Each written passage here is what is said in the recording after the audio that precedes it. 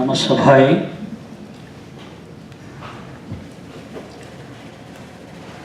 केयूरान विभूषयन्ति पुरुषं हारान चन्द्रोज्ज्वलाः न स्नानं न विलेपनं न कुसुमम् नालंकृता मूर्धजाः वाण्येका समलंकरोति पुरुषं या संस्कृता धार्यते ह्रियन्ते खलु भूषणानि सततम् वाग्भूषणं भूषणम्। गुरुर्ब्रह्मा गुरुर्विष्णु गुरुर्देवो महेश्वरः गुरुस्साक्षात् परं ब्रह्म तस्मै श्री गुरवे नमः। గురువు కింద ప్రాధాన్యం ఎందుకు ఇచ్చారంటే, సమస్త దేవతలు గురువు అని ఎందుకు చెప్పారంటే, గురువు తనకు తానుగా శిష్యుడిని ఆదరించి స్వీకరించి, పూర్వకాలంలో ఎలా ఉండేదంటే గురుకులాల్లో గురువు గారు పిల్లలకు భోజనం పెట్టి విద్యాభ్యాసం చేసేవారు. అప్పుడు మహారాజు కొడుకైనా ఎవరైనా గురుకులాలకు వెళ్ళాల్సిందే. అలాంటి సాంప్రదాయం కనుక ఏ దేవుడైనా తపస్సు చేస్తే ప్రత్యక్షమవుతాడు. ఏ దేవుడైనా, బ్రహ్మ విష్ణు మహేశ్వరులు ఎవరైనా. కానీ తనకు తానుగా శిష్యుణ్ణి ఒక గొప్పవానిగా మార్చడానికి ముందుకు వస్తాడు. కాబట్టి దేవుడైన చూపలేడు మంచి గురువును, మంచి గురువైతే చూపగలడు దేవదేవుని అని చెప్పారు. ఇలాగా ఈరోజు సాహిత్యంలో భవిష్యత్ దృక్పథం అనే అంశంపై మాట్లాడుకుందాం.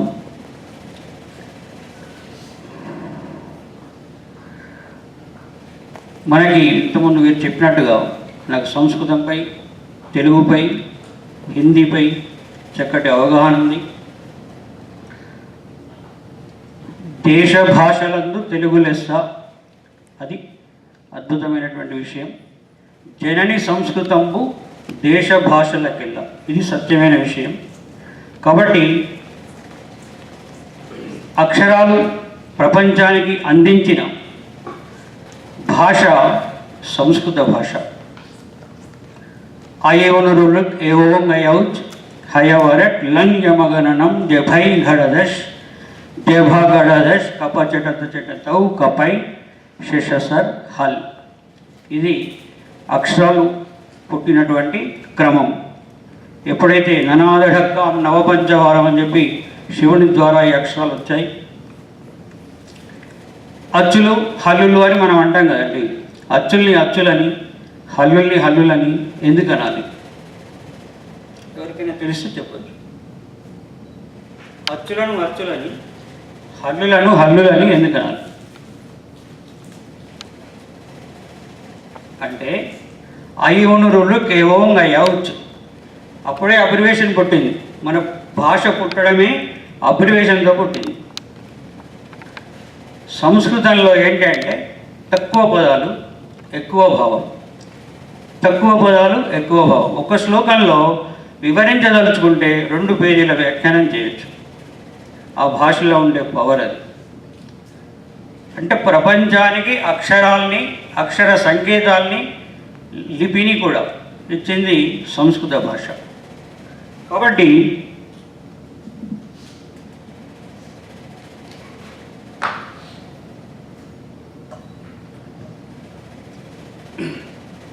అచ్చులని ఎందుకు అనాలి అంటే, అచ్ ఇది అబ్రివేషన్, ఇది షార్ట్ ఫామ్. ఐఓన్ డోల్రిక్ ఏవోం ఐఔచ్. ఈ ఆచు ప్రత్యాహారం అంటారు. కానీ ఆచు మధ్యలో ఉండేటువంటి అన్నీ కూడా అచ్చులు. అందుకని అచ్చులను అచ్చులు అనాలి. హల్లులు అంటే ఏంటి? హయవరట్ లని యమగణనం జభై గడదష్ జబగడదష్ కప చెటత చెటతౌ కపై శేషసర్ హల్. అక్కడ హ, ఇక్కడ లు. ఈ మధ్యలో ఉండేటువంటి అక్షరాలన్నీ కూడా హల్లులు. ఎందుకు అనే దాని మీదనే మనం ప్రయాణం చేద్దాం, బాగుంటుంది. కాబట్టి అచ్చులను ఎందుకు అనాలి, హల్లులను ఎందుకు అనాలి అనేది అక్కడ మనకు భగవంతుడు ఇచ్చాడు. అలాగే ఇప్పుడు మీరు చాలా బాగా చెప్పారు చంద్రశేఖర్ గారు. ఇప్పుడు మనకు స్వరములు అంటారు. అచ్చులను స్వరములని, హల్లులను వ్యంజనములని అంటారు. ఎందుకన్నారు స్వరములను? స్వరమని ఎందుకన్నారు? ఇది కామనే, స్వరములు వ్యంజనములు అందరికి తెలుసు. బట్ ఎందుకన్నారు? స్వరం అంటే దీర్ఘంగా అనబడేది. స్వరం అంటే అదే. ఇప్పుడు పాట పాడడం స్వరం దీర్ఘంగా ఆ అంటాం. కానీ హల్లులకు ఆ శక్తి లేదు. అది వ్యంజనం, అది ఒక పదార్థం. ఏమవుతుంది? క్ క్ గ్. హల్లుల యొక్క నిజమైన రూపం ఏంటంటే క్ ఖ గ్ గ్ ఇలా వచ్చాయి. అవి ఎప్పుడు ఉచ్చారణ యోగ్యములు అవుతాయి, ఎప్పుడు భాషగా మారుతాయి, ఎప్పుడు ఉపయోగపడతాయి అంటే స్వరమిశ్రితములైనప్పుడు. కా అన్నాం, కాకు ఆ శక్తి లేదు. ఎప్పుడైతే స్వరంతో కలిసిందో అప్పుడు అది కాగా మారింది, భాషగా మారుతుంది. ఇప్పుడు ఇంగ్లీష్లో ఏఈఐఓయు ఉన్నాయి అచ్చులవి. మరి వాటి ప్రాధాన్యం ఏంటి? మనకి ఇక్కడ ఏ హల్లు పలకాలన్నా కూడా అచ్చు కలవాల్సిన అవసరం ఉంది. మరి ఇంగ్లీష్లో అలా లేదు కదా. మరి ఇంగ్లీష్లో ఏంటి? ఏఈఐఓల యొక్క ప్రాధాన్యం ఏంటి? ఎవరికైనా తెలుసా చెప్పచ్చు. అంటే ఇంగ్లీష్లో అచ్చు లేని పదం ఉండదు, తెలుగులో అచ్చు లేని హల్లే ఉండదు. ఉన్నా ఉపయోగపడదు. అది వాక్యాంతంలో వస్తుంది. దాన్ని మనం పొల్లక్షరం అంటాం. వాక్, వచ్చెన్, చూచెన్ ఇలా అంటాం కదండి. అది పొల్లక్షరాలు. అదొక పద్ధతి, అదొక సాంప్రదాయం. గీర్వాక్, వాణి, సరస్సు, గీర్వాక్ అట్లా వస్తుంది. కాబట్టి ప్రపంచంలో మొట్టమొదట 6000 సంవత్సరాల క్రితం వేద రచన చేయబడ్డదని మనం తెలుసుకుంటూ ఉన్నాం. వేదాన్ని వేదము అని అన్నారు కదండి. ఎందుకు వేదం అన్నారు అంటే విజ్ఞాని, ఇది ధాతు. నేను ఈరోజు ఏం చెప్పదలుచుతున్నానంటే ముఖ్యంగా సంస్కృతము అన్నిటికీ ఆధారం.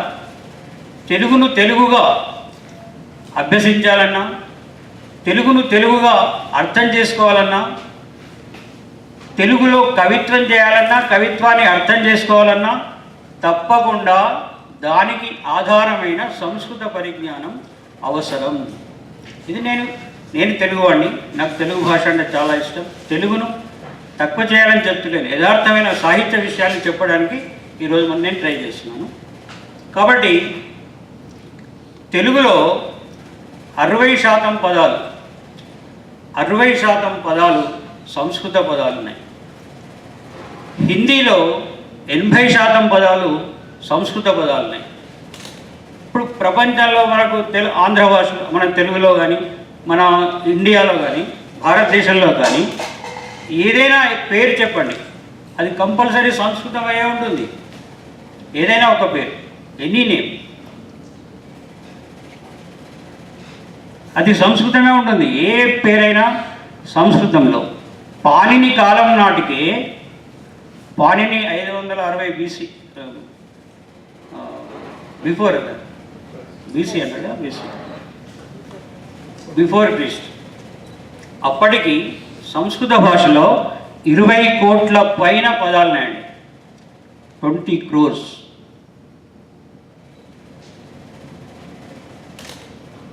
అలాగా ఈ తెలుగే కాకుండా మొత్తం భారతదేశ భాషలన్నీ కూడా మాతృకగా సంస్కృతం అందిస్తుంది. ఇప్పుడు ఉదాహరణకి వర్గలు అయ్యండి, కచట తప అని ఉంది కదండి. కచట తపలో చెటక తప అనొచ్చు కదా, పచట కథ అనొచ్చు, ప్రాబ్లమే లేదు. ఎందుకు అనడం లేదు? ఆ వరుసలోనే ఎందుకు అనాలి? ఇది ప్రశ్న. ఎవరైనా తెలిస్తే చెప్పదు. కచట తపలనే ఎందుకు అనాలి అంటే, మన ఋషులు, మన పూర్వీకులు ఎంత అద్భుతమైన సైన్స్, ఎంత కృషి చేసి శరీర తత్వాన్ని తెలుసుకొని, శరీర అంతర్గత స్థితులను తెలుసుకొని వారు భాషని కనిపెట్టారు. ఏదో ఊరికే సాంకేతికంగానో ఏదో సౌండ్స్ లాగానో అట్లా చేయలేదు వాళ్ళు. శరీరం లోపల ఏముంది అది తెలుసుకున్న తర్వాతనే అక్కడ పుట్టేటువంటి ఒక శబ్దం పుట్టాలి అంటే, శబ్దం ఎలా పుడుతుంది మనలో? శబ్దం ఎలా పుడుతుంది అంటే, వాయువు వల్ల మొత్తం గాలంతా కూడా బయటకు అనేసి మనం మాట్లాడదామంటే శక్తి లేదు, మాట్లాడలేము. వాయువు వలన, వాయువు తీసుకోవడం వలన వాయువు శబ్దోత్పత్తికి కారణం. అప్పుడు ఆ వాయువు మళ్ళీ నిశ్వాస రూపంలో వస్తున్నప్పుడు శరీరంలో జరిగే సంఘర్షణలు ఎలా జరుగుతాయో గమనించి అక్కడ ఆ అక్షరాల్ని వర్గాలుగా మార్చారు. ఉత్పత్తి స్థానాలు అంటారు వాడు. అకుహ విసర్జని, మీరు చెప్పారు అకుహ విసర్జనీయానాం కంఠ అంటే ఆలు కవర్గ కంఠంలో పుడతాయి. అలాగే ఇచియశానాం తాలు ఈ చవర్గ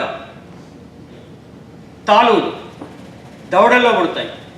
రుటురశానాం మూర్ధ రా అంటే ఇక్కడ మూర్ధ. రుటురశానాం షా ఒకటి, టవర్గ ఒకటి, మూర్ధంలో పుడతాయి. ఇలాగా ఇచ్చేశానంతాలు ఇలా వస్తుంది. అయితే ఇక్కడ ఏంటి అంటే, కచట తపల్ని ఆ వరుసలోనే ఎందుకు అనాలి? సాహిత్యం ఎందుకు అనాలి? ఎవరికైనా అవగాహన ఉంటే చెప్పచ్చు. ఎందుకంటే నాలుకను 4 భాగాలు చేశారండి. నాలుక పొడవు ఇంత ఉంది, దాన్ని 4 భాగాలు మీరు అని చూడవచ్చు. క చ ట త. కా ఇక్కడ మూలంలో వస్తుంది, చ జస్ట్ గ్యాప్ వస్తుంది, క చ ట త పెదాల్లోకి వచ్చేసరికి పా అవుతుంది. దిస్ ఆర్డర్ మీరు అనండి, తెలుస్తుంది. క చ ట త ప. కా నాలుక మొదట్లో ఉత్పత్తి అవుతుంది, కొండ నాలుక దగ్గర. తర్వాత కొద్ది గ్యాప్ అంటే నాలుకను 4 భాగాలు చేస్తే కచట తా వస్తుంది. పూర్తిగా బయటకు వచ్చి అనబడేవి పెదాల సహాయంతో ఉప్పు పద్మానియానం ఓష్ఠౌ. ఉ నోరు తెరిచి ఉప్పు అనలేము, ఈ పెదాలు ఇట్లా అనకుండా అనలేము. ఉ ప ఫ బ భ మా మా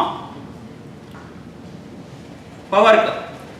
ఇది మనకు ఈ పెదాల్లో వస్తుంది. కాబట్టి కచట తపలు ఉత్పత్తి స్థానాల్లో ఆర్డర్గా ఉన్నాయి కనుక ఆర్డరే పెట్టాలి, ఎందుకు మార్చలేము. ఇలాగా 100కి 100% శాస్త్రీయమైనటువంటి ప్రతి చోట ఆ మొదలుకొని మొత్తం మహాకావ్యాల వరకు ఎక్కడైనా కూడా ఆ భావంలో కానీ, ఆ రచనల్లో కానీ, ఆ వ్యవస్థలో కానీ 100% ప్యూర్ శాస్త్రీయం. నాన్ ఋషి కురితే కావ్యం చెప్తారు.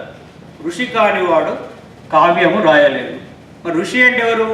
ఋషయ క్రాంతదర్శిన.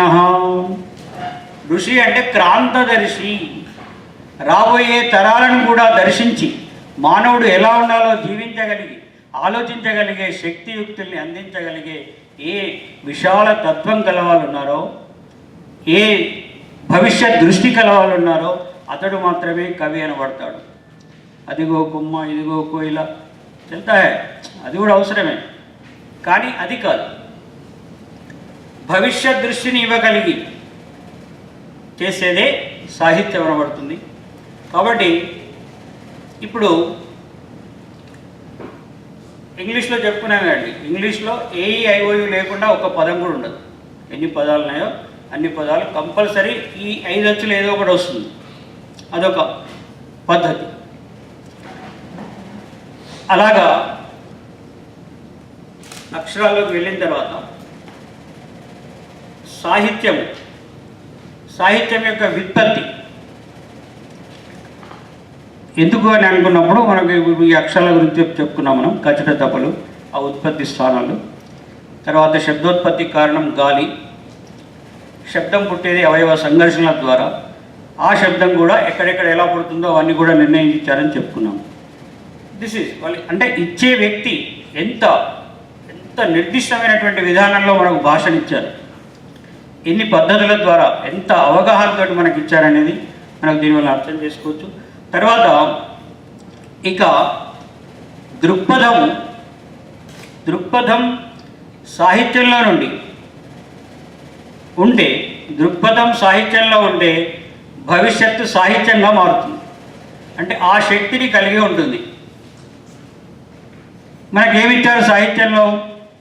నాకు తెలిసి సంస్కృత సాహిత్యంలో ఉన్న అనంతమైనటువంటి సూక్తి సుధల్ని అన్ని భాషలు ట్రాన్స్లేట్ చేశాయి.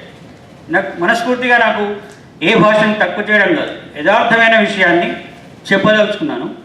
సంస్కృతంలో యదిహాస్తి తదన్యత్ర ఎన్నేహాస్తి నతత్క్వచిత్ అంటారు. భారతం గురించి, మహాభారతం గురించి వ్యాసులు చెప్తారు.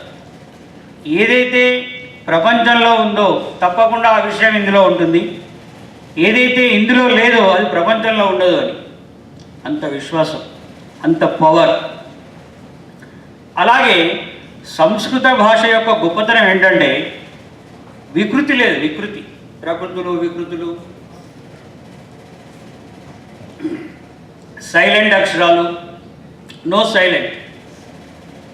తర్వాత ఇంకొక గమ్మత్తైన విషయం ఏంటంటే తెలుగులో ఒక చిన్న లోపం ఉన్నది, ఎవరు మీకు తెలియదు అనుకుంటున్నా, సారీ. ఏంటంటే సంస్కృతంలో ఎలా అంటామో అలాగే రాస్తాం, ఎలా అంటామో అలాగే రాస్తాం. కానీ తెలుగులోకి వచ్చేసరికి చాలా పెద్ద తప్పు జరుగుతుంది. ఎట్లా అంటే రమ్య ఉంది, రమ్య అంటే రా మొత్తం రాయాలి అంటున్నాం కనుక, మా సగం రాయాలి సగం అంటున్నాం కనుక, యా మొత్తం రాయాలి మొత్తం అంటున్నాం కనుక. సంస్కృతంలో రమ్ యా. అదే తెలుగులోకి వచ్చేసరికి ఏం చేస్తున్నాం మనం? మా మొత్తం రాస్తున్నాం, యా సగం రాస్తున్నాం. ఇది గమనించాల్సిన గమ్మత్తు. ఇదొక భాషలో ఇదొకటి. అట్లాగే పుష్పము ఉంది, పుష్పము మెనీ వర్డ్స్. దీన్ని బట్టి మనం అంచనా వేసుకోవచ్చు. పుష్ సగం, పా మొత్తం అంటున్నాం. కానీ తెలుగులోకి వచ్చేసరికి షా మొత్తం రాస్తున్నాం, షా మొత్తం రాస్తున్నాం. అనేటువంటి మొత్తం అనేటువంటి అక్షరాన్ని పవత్తుగా మార్చాలి. దిస్ ఇస్ ఒక లోపం. అది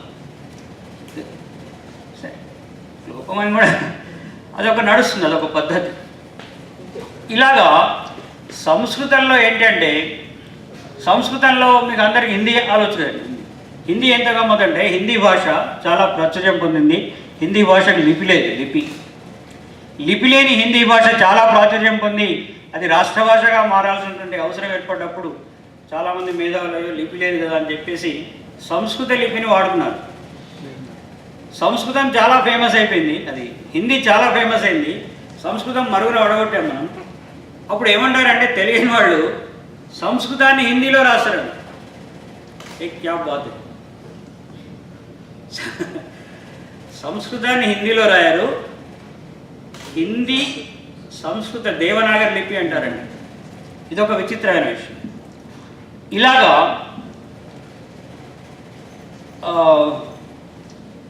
ఇక సాహిత్యంకి వస్తే సంస్కృతంలో ఉండే గొప్ప విషయం ఏంటంటే ఏ ఒక్క పదం కూడా సాంకేతికం కాదు. సాంకేతికం అంటే కడుపు అన్నాం, కడుపు. తల, ఎందుకు తల అనాలి, ఎందుకు కడుపు అనాలి, ఎందుకు చెయ్యి అనాలి? No reason. దిస్ సంకేతం. చెయ్యి అన్నారు అంటారు కాబట్టి పెద్దవాళ్ళు అన్నారు, మనం అన్నాం, ఉపయోగపడుతుంది కాబట్టి అంటున్నాం. బట్ నాట్ సంస్కృతంలో అలా లేదు. సంస్కృతంలో సంకేత భాష కాదు అది. అది యథార్థమైన పటిష్టమైన వ్యుత్పత్తి సహితమైన భాష సంస్కృత భాష. అద్భుతమైన భాష. పద్మం అన్నాం. పద్మ. What is padma? ఎందుకనాలి? పద్యతే మా అస్మిన్ ఇది పద్మం. అమ్మవారికి ఆసనం ఉంది కనుక పద్మం. పద్యతే పద నివాసే. పదం అంటే నివాసం. పరమపదం ఉత్కృష్టమైన స్థానం, నివాసం. కాబట్టి మా అంటే లక్ష్మీదేవి పద్యతే నివసిస్తుంది కనుక పద్మము అని పేరు వచ్చింది. కమలం ఎందుకు అనాలండి? కమలాన్ని కుమలం కిమలం అనవచ్చు కదా, అనకూడదు. ఎందుకంటే కమ్ అంటే నీరు సంస్కృతంలో. కంజాక్షి అంటాం. కంజాక్షి అంటే నీటిలో పుట్టింది కంజము. కంజం అంటే కమలం. కమలం వంటి ఆకారం కలిగిన కన్నులు కలది అని అర్థం. వ్యుత్పత్తి లేని ఒక అక్షరం కూడా సంస్కృతంలో ఉండదు. ఎందుకు అంటే అది ధాతుజము కనుక. ధాతుజం అంటే క్రియాశక్తి నుంచి వస్తుంది. రాముడు అన్నాం. ఎందుకంటే రాముడు అనాలి? రం క్రీడాయ, అందరినీ ఆనందపరిచేవాడు. రమయతీతి రామ స్వగుణై స్వరూపై స్వస్వభావై. స్వభావం చేత, రూపం చేత, గుణాల చేత, సంస్కారం చేత ఆనందింపజేసేవాడు రాముడు. కృష్ణుడని ఎందుకు అనాలి? కర్షతి జనాన్, ఆకర్షించేవాడు కనుక కృష్ణుడు. ఇట్లా కోకుళ్ళలుగా మనం వ్యుత్పత్తి లేని పదం సంస్థల్లో ఉండదు. మానవులు అన్నాం. ఎందుకు మానవులు? ఎందుకనాలి మానవుని మానవుడని? మనోహ అపత్యం పుమాన్ మానవ. 7 మనువులు. మన మనువు వైవస్వతుడు, 7వవాడు. వైవస్వతో మనున్నామ మాననీయో మనీషినాం అస్మిన్ మహీక్షితామాద్య ప్రణవశ్చందసామి వాని వైవస్వతుని పౌడు కాళిదాసు చెప్తారు. ఛందస్సులో ప్రణవంలాగా మనువు మనకు ఆదిపురుషుడు. మనువు యొక్క సంతానం కనుక మనం మానవులు అయ్యాం.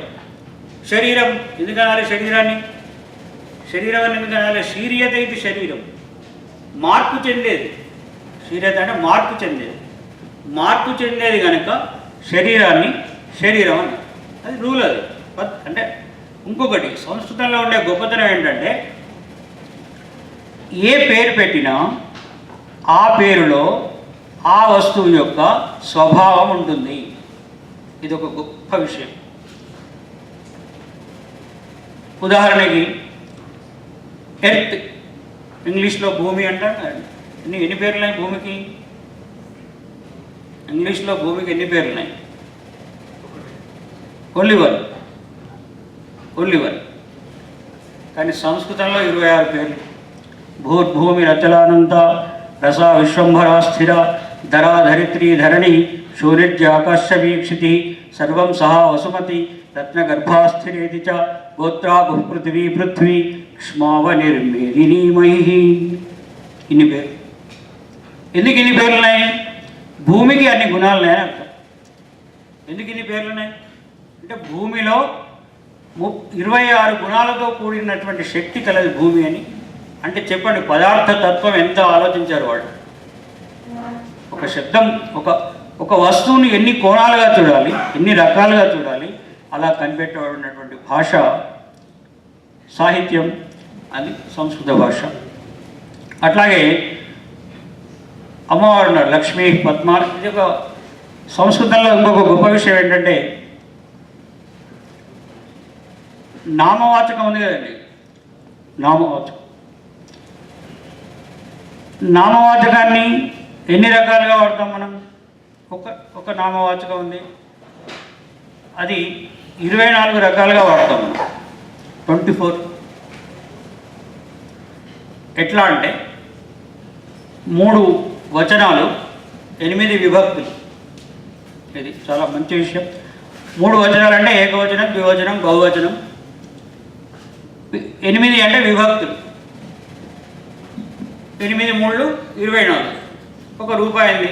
1 రూపాయి, 2 రూపాయలు, 3 రూపాయలు. 3 మీన్స్ చాలా, బహు అంటే చాలా, 3కు ఎక్కువ. 1 రూపాయి, 2 రూపాయలు, 3 రూపాయలు, రూపాయిని 2 రూపాయలు, ఇలా విభక్తిని మనం చదువుకుంటాం. ఇక్కడ ఒక విచిత్రమైన విషయం ఏంటంటే డోములు ప్రథమ విభక్తి, నీనులను గుర్తి ద్వితీయ విభక్తి, ఇలా మనం అనుకుంటున్నాం కదండి. అందునైందిన సప్తమి విభక్తి అని కూడా అనుకుంటున్నాం. అందునైందిన ప్రథమ విభక్తి, చేతతే తోడాతో చతుర్థి విభక్తి, కొరకుకై పంచమి విభక్తి అనుకుంటే నష్టం. అలా ఇస్తే ఏమవుతుండే? ఇలాగనే ఎందుకు ఇచ్చారు? ప్రథమ విభక్తి డోములని, ద్వితీయ విభక్తి నినులను గూర్చి అని ఇలా ఎందుకు ఇచ్చాడు? ఎవరికైనా తెలిస్తే చెప్పండి. ఈ ఆర్డర్ ఎందుకు? అదే ఆర్డర్ ఎందుకు?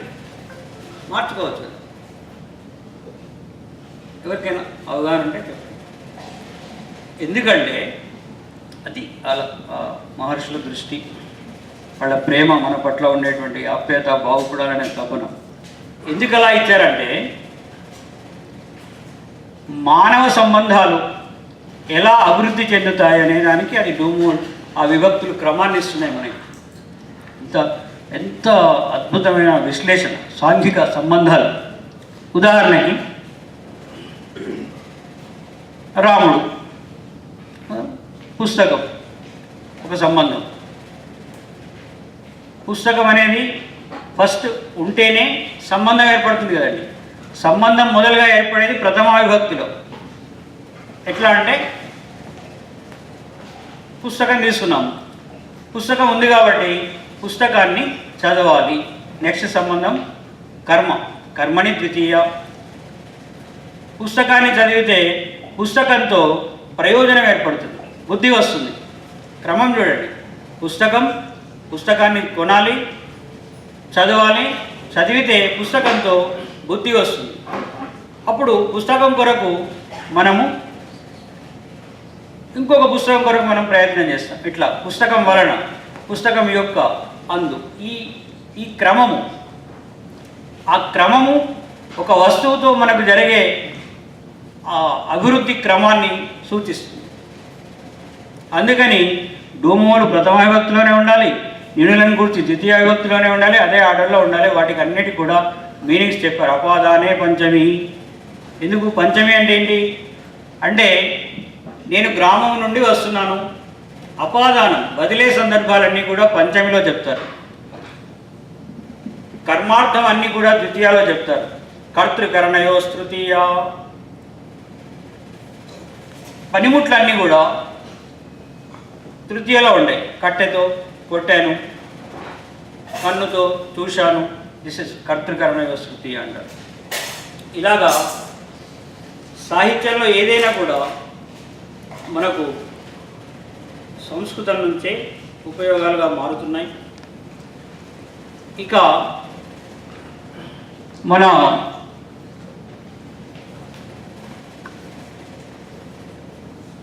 టోటల్ మన సాహిత్యంలోకి వెళ్ళినప్పుడు సాహిత్యం యొక్క వ్యుత్పత్తి ఏం చెప్పారంటే, సహితయో శబ్దార్థయో భావ సాహిత్యం. హితమును కలిగించే శబ్దార్థ భావమే సాహిత్యం. ఏంటి హితం అంటే? ఒక పెద్ద ఇల్లు, ఒక ధనం, ఒక బ్యాలెన్స్, ఒక కారు హితం అవుతుందా? ఏంటి హితం అంటే సంగీతమపి సాహిత్యం సరస్వత్యాస్తనద్వయం ఏకమాపాతమధురం అన్యద ఆలోచన అమృతం అంటారు. ఆలోచననే సుఖాన్ని ఇస్తుంది. ఆలోచనను సుఖపరచడానికే డబ్బులు, వ్యవస్థలు, ఇళ్ళు, వస్తువులు. ఇది బాగా అర్థం చేసుకోవాలి. సుఖాలు ఎక్కడున్నాయి? ఆలోచనలో. 1,00,000 రూపాయలు పరుపు కొన్నామండి, ఆలోచన బాగలేదు, నిద్ర రాదు. అది కాబట్టి మంచి ఎక్కడుంది అంటే ఆలోచనలో ఉంటుంది. ఆలోచనలను మనము సక్రమ పద్ధతిలో పెట్టుకొని మిగిలిన వస్తువుల్ని అనుభవించాలి. కానీ వస్తువుల ద్వారా ఆలోచనలు రావు, సాహిత్యం ద్వారా ఆలోచనలు వస్తాయి.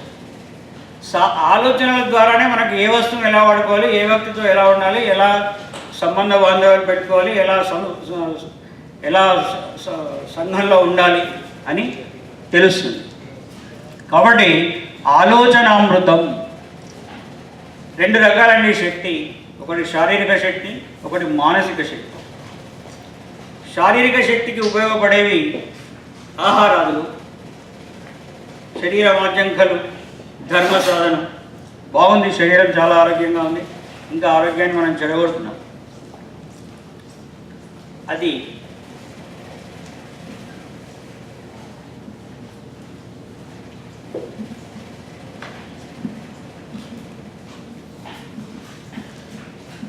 ఎలా అంటే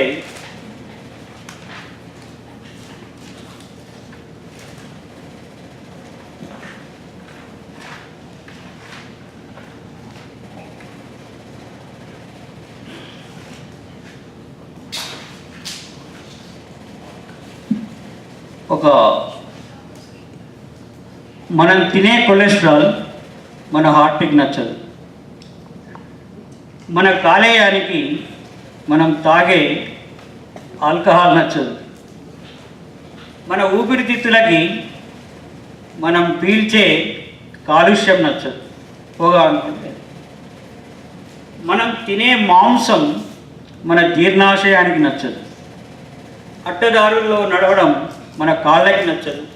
అకృత్యాలు చూడడం మన కళ్ళకు నచ్చదు. చెడు ఆలోచనలు మన మనసుకి నచ్చవు. మోసం చేయడం మన హృదయానికి నచ్చదు. అవతలి వాళ్ళకి ఇష్టం లేకుండా తాకడం మన స్పర్శకి నచ్చదు. మనకు రావాల్సింది కూడా బలవంతంగా లాక్కోవడం మన చేతులకు నచ్చదు. మన నోటికి మౌనంగా ఉండడం ఎంతో ఇష్టం. మన శరీరానికి యోగా వ్యాయామం అంటే ఇష్టం. మన శ్వాసకి ప్రాణాయామం చేయడం ఎంతో ఇష్టం. మన హృదయానికి ధ్యానం చేయడం ఎంతో ఇష్టం. ఆలోచనలు లేని మనస్సు అంటే మన మనస్సుకి ఎంతో ఇష్టం. కల్మషం లేని, స్వార్థం లేని ప్రేమ అంటే మన హృదయానికి ఇష్టం. మన శరీరానికి, మనసుకి ఏమి ఇష్టమో అవి మనం చేయటం లేదు. వాటికి ఇష్టం లేని పనులు చేస్తూ మనం రెండింటిని బాధ పెడుతూనే ఉన్నాం. ఇటు శారీరక శక్తి, మానసిక శక్తి రెండు బలహీనమైపోతున్నాయి. మన శరీరాన్ని మనమే అర్థం చేసుకోనప్పుడు వేరే వాళ్ళ శరీరం, వేరే వాళ్ళ మనసు నాకు ఎక్కడ అర్థమవుతుంది? మన మనసు మనకే అర్థం కానప్పుడు ఇతరుల మనసు ఎలా అర్థమవుతుంది? అందుకే మనల్ని మనమే అర్థం చేసుకుంటూ ఇతరులని అర్థం చేసుకోవడం చాలా ముఖ్యం. ఎంత హాని చేసినా శరీరం, మనసు మనల్ని ఇంకా ఎంతకాలం భరిస్తాయి? ఎంతకాలం దీన్ని చేయకూడదాం మనం? వాటికి ఒక్కసారి కోపం వస్తే మన బ్రతుకు ఏమైపోతుంది? ఇప్పటికే తేలిపోలంత లోతులో బలహీనత అనే బావిలో కూరుకుపోయాం. ఇప్పటికే చాలా ప్రయత్నిస్తే ఇప్పటికీ మనకి ఇంకా అవకాశం మిగిలి ఉంది. ఇంకా పర్వాలేదు, ఇంకా బాగానే ఉన్నాం, మిగిలి ఉంది. కాదు కూడదు అంటే ముందుకు వెళ్తే తొందరలో మన కోసం శ్మశానంలో ఒక పేజీ తెరవబడుతుంది. దీని ఎంత అర్థం చూడండి. ద లైఫ్ స్టైల్ ఎట్లా మనం జీవిస్తున్నాం, ఇలాంటివి